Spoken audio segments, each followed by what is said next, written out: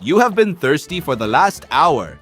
The deck is hot, your mouth is dry, and when the water finally reaches you, you lift the cup and stop. Something smells wrong. Not like the sea. Not like fresh water either. It came from a wooden cask that has been sitting below deck for weeks. You could refuse it.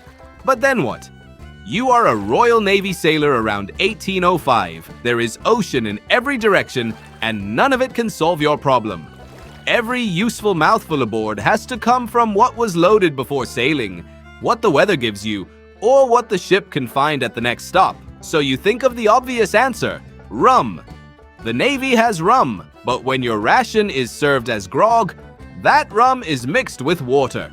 You escape the bad cup only to come back to the same cask. Then beer. That works for a while. Beer really was part of the naval ration, but small beer could spoil within a few weeks, and far from Britain, the stock could be difficult to replace. Useful alternative, still finite. You are still thirsty. The cask is still there, and the ship cannot simply pour it overboard. Hundreds of men need to drink tomorrow, then the day after that. A foul-smelling cask is a problem. An empty one is worse. So instead of another drink, someone gives you a pump.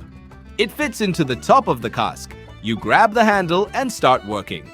Water rises through the pump, spills above the barrel, then falls through several sheets of pierced tin. Each sheet breaks the stream into smaller drops. For a moment, water that has spent weeks sealed in darkness hangs in the open air before gathering below. Then you pump it again. This sounds like a sailor's trick someone might have tried once and forgotten. It wasn't. In 1789, naval physician Gilbert Blane described Lieutenant Osbridge's machine as already being in common use.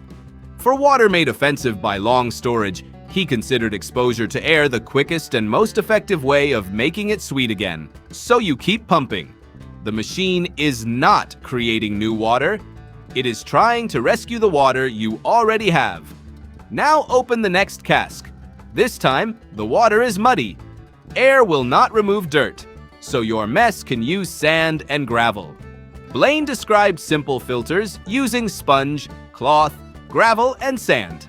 Cloudy water goes in. Clearer water drips out. Another problem solved.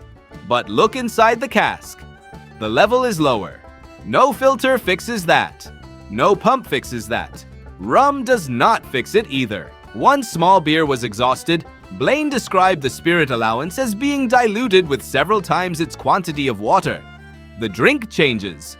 The water problem remains. So now you stop asking how to make the water taste better. You need more of it. Then the sky darkens. Rain starts striking the deck. Men move. Canvas is spread. Water runs down a sail or awning and begins collecting below. Blane specifically described rainwater as something that could occasionally be gathered at sea this way. For a few minutes, the ship is gaining fresh water instead of losing it. Then the squall passes. The dripping stops. You look back toward the casks. Still finite. There is one more escape. If things become desperate enough, seawater can be distilled. Blane recommended equipment connected to the ship's common boiler so fresh water could be produced from the sea. So yes, sailors of this period knew how to make seawater drinkable. But Blane described it as something for distress. That tells you what the everyday system was built around. Your ship is not meant to sail forever by boiling the Atlantic. It leaves port with fresh water. The crew protects it, rescues what can still be used, stretches the other drinks, catches rain when it comes, and reaches another source before those options fail. And sometimes they came close. October 1805. Nelson's fleet is waiting outside Cadiz. The enemy may sail at any moment.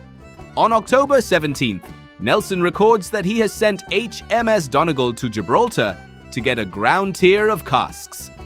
A later Royal Naval Biography explains that Donegal was short of water after an unusually long time at sea and badly needed a refit. Think about that from the deck of your own ship. Cannon, powder, sails, hundreds of men, a fleet waiting for battle. And one of the things that can pull a fighting ship away is drinking water. 4 days later, Trafalgar begins. Donegal is still away. Now come back to your cup. At the beginning, the problem looked simple. The water smells bad. Find something else to drink. But aboard a wooden warship, there is no endless something else. Beer spoils. Spirits run out and may still require water. Rain comes when it wants to. Filters work on water you already have. The pump can make long-kept water more tolerable. Distillation gives you an emergency route. Every answer buys time. None removes the limit. So you raise the cup again. What keeps it filled is not one secret drink. It is everything that happened before it reached your hand. Someone filled the casks. Someone kept the water usable. Someone worked the pump when it turned foul. Someone filtered what came aboard muddy. Someone caught rain when the weather offered it. And eventually, someone had to decide the ship could wait no longer and turn toward fresh water. That was the real problem. Keeping hundreds of men drinking, day after day, while every solution slowly ran out.